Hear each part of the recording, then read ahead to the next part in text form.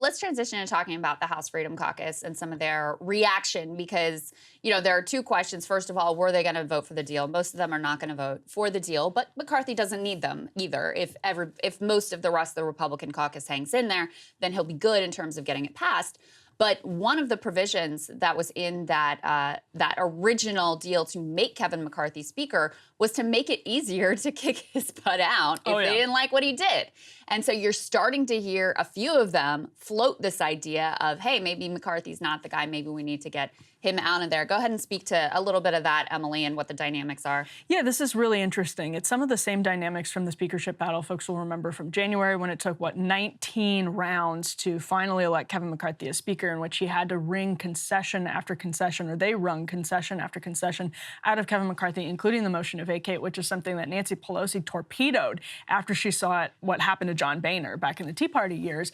And now that is a very real threat for Kevin McCarthy, because when you have most of the Freedom Caucus really upset about this, that's more than enough people to call for a motion to vacate the chair, which would oust Kevin McCarthy as House Speaker and put Republicans back in another pickle where they don't really have a consensus candidate. They don't really have anybody that could unite enough votes to become the next Speaker. So this threatens the entire House Republican Conference, not just the bill itself. To Krystal's point, I think the math is pretty safe for Kevin McCarthy. He wants to put up more. He wants to get at least 150 of the 222 House Republicans. That means he's expecting possibly to lose more than 70 members of his own conference. So we'll see what the math actually works out to. But I think that's important context for this next clip. We can go ahead and play A6 because you see how serious this is getting for Kevin McCarthy here. How much confidence do you have in the Speaker right now? None. Zero. What basis is there for confidence? You cannot forfeit the tool of Republican unity. It was not necessary to do. Is the Speaker lying about the way he's characterizing this bill? Yes, he's lying. But the bill is chock full of things that are cosmetic and artificial. All right, so that's a motion to vacate threat, and we've seen that come from several members of the Freedom Caucus over the last 24 hours. Again, it seems like it's one of those things that every hour you're seeing a new Freedom Caucus member threaten the motion to vacate. Let's go ahead and play this soundbite from Chip Roy, who has emerged. He certainly emerged during the speakership battle. He's actually a former Hill staffer himself. I didn't know that. Yeah, he worked for Ted Cruz, actually, and he really emerged as a leader of the Freedom Caucus folks and in the Republican Party during the speakership battle, and has taken up the same sort of role in these negotiations. Here's what he said yesterday outside the Capitol. Not one Republican should vote for this deal. It is a bad deal. No one sent us here to borrow an additional $4 trillion to get absolutely nothing in return.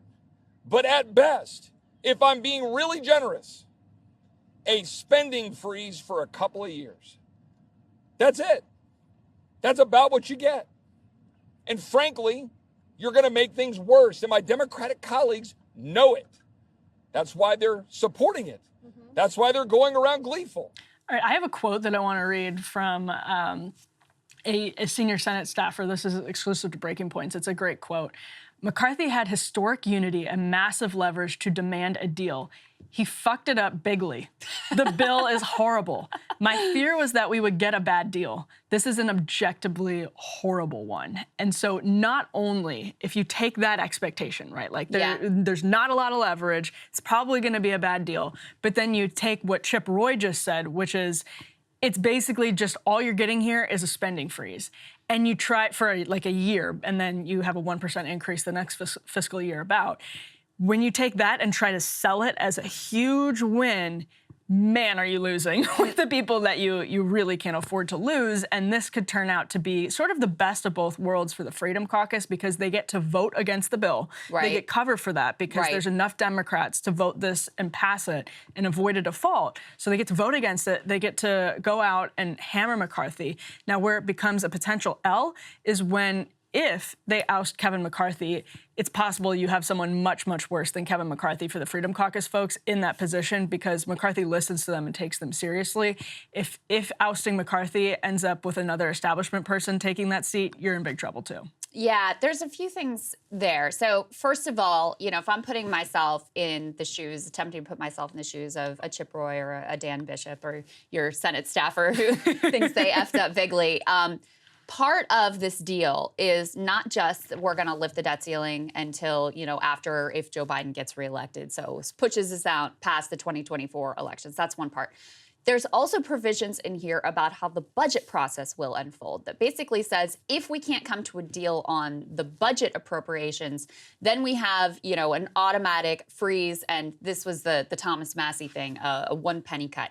That's actually not that bad of a deal for Democrats. And it denies Republicans leverage on the next budget fight going forward. So if I was, these individuals and had the worldview that they have, that probably would be the piece I'd be most upset about, because it's like, okay, not only did you kind of cave here and not extract everything that Biden left himself open to being extracted, foolishly in my opinion, but he left himself open to having a lot more extracted, you also have made it so that in the normal budgeting process, we have no leverage. They're not going to negotiate. We're not going to be able to get any of our priorities here. And that's the other part of this that is just so perplexing is effectively everything they got, they could have gotten through the normal budgeting process, and it didn't require this whole theatrical threatening the entire global financial system to achieve it. So, I think that from my view is probably part of why they are so upset. But my other question, Emily, is how much of this is theater? Because as you said, McCarthy is probably going to be able to get together enough of the caucus combined with the Democrats to get this thing through.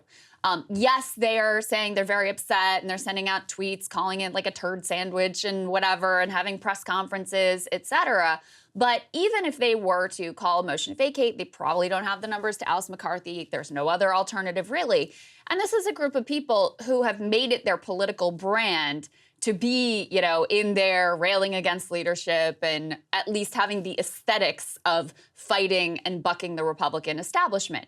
So they get to do that. They get to posture the way that their base wants to see them position themselves.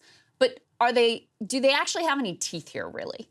I think, the messaging in and of itself is really important because we've seen this happen with John Boehner, with Paul Ryan, none of whom were necessarily Tea Party darlings. Of course, they never really were. But when the Freedom Caucus folks and sort of grassroots activist type Republicans turned against them, it became a movement. It became an anti-Boehner, anti-Paul Ryan, and Freedom Caucus folks have been very good at mobilizing the grassroots and conservative media in particular to take down somebody who's a symbol, an avatar of the swamp, the political establishment, which is really interesting to see being used against Kevin McCarthy, who has had a very close relationship with people like Jim Jordan because he takes the time. I mean, when I interviewed him back in September, he was emphatic and very detailed about all the time that he's taken to woo Jim Jordan and to develop really sincere relationships with those guys and how he sees that not just as the right thing to do,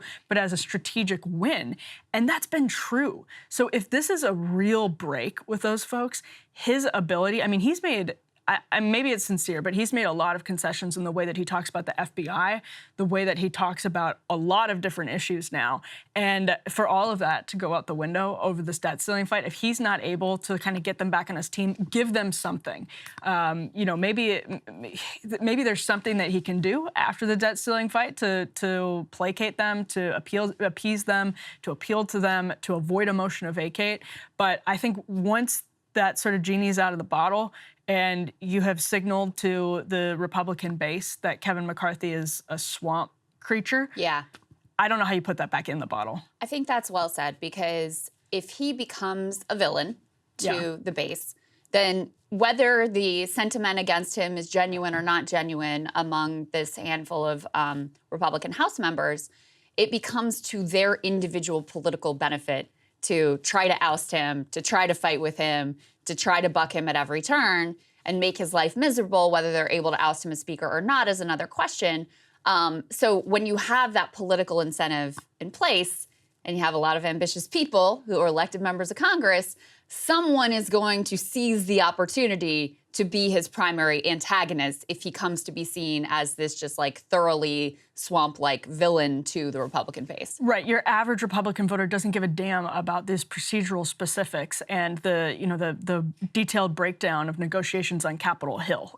Because first of all, that stuff is extremely hard to understand, even if you cover it and you follow it. And secondly, it's your team or my team, right? And it gets broken down in that really easy way. And the last thing I want to say before we move on is just a comment that I heard from somebody on the left, baffled by the hills Republicans chose to die on in this fight, saying, why not go after the Pentagon? Why not go after X, Y, and Z? And Krystal, you're talking about the Pentagon. Like, some of that stuff is ripe. It would have been such a target-rich environment to make Biden defend his surveillance programs at the Pentagon, defend some of the obviously ridiculous items in his budget or federal spending that, anyone can go to the federal budget, left or right, and look at some of the spending agenda and be like, what the hell is this? Like, this is insane. Make Biden defend that stuff, like the excessive, like what people would call like the excesses of woke ideology that's become baked into the federal budget. Why are they not fighting over that stuff? Why are they not fighting over these new things that Ken Klippenstein reports on every week that are popping up at the Pentagon that are surveilling average Americans? Instead, they're increasing the defense budget. So it's just been a very strange, not strange for how the Republican Party operates, but post-Trump to see the Republican Party dying on the hill of work requirements. That's and freezes to the federal budget without talking about very specific things, increasing defense spending. It's just strange. Yeah. And last question for you, Emily, is Trump has been notably quiet about this deal. And Sagar theorized, and I think this is correct, Kevin McCarthy probably called him and begged him to keep his mouth shut. Because Trump's not an idiot. He can see where the winds are blowing. He can see that if you wanted to be on the right side of the Republican base, like DeSantis and Pence and Vivek Ramaswamy and the others who have come out against it, who are running for president, they're on the correct side of this issue in terms of like the vibes and the sentiment of the base. So notable that he has stayed quiet. And clearly he and Kevin McCarthy are allies. My Kevin, and he helped Kevin McCarthy get across the line in terms of his speaker's deal. How much does it matter that McCarthy has the sort of tacit backing of Trump?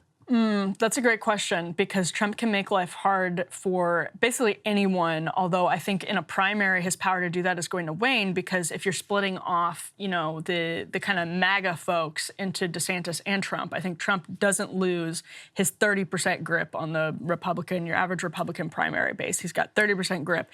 If he can make that, if he can make life difficult for Kevin McCarthy with that 30%, that's definitely meaningful. On top of Sagar's theory, something you said, that he sort of senses where the wind is blowing. Yeah.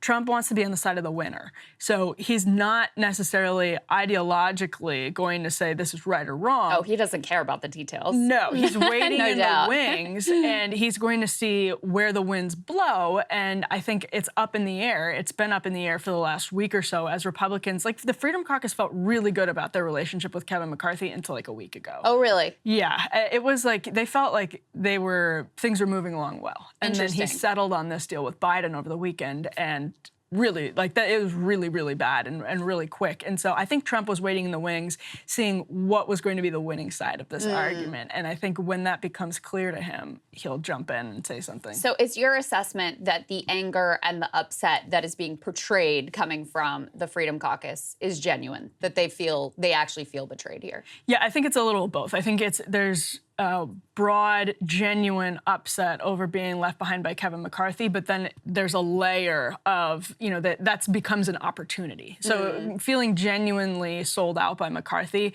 can then become an opportunity for some A, negotiating theater, and B, broader, like, political theater. So they could play up their genuine emotions for a receptive and willing audience. Yeah.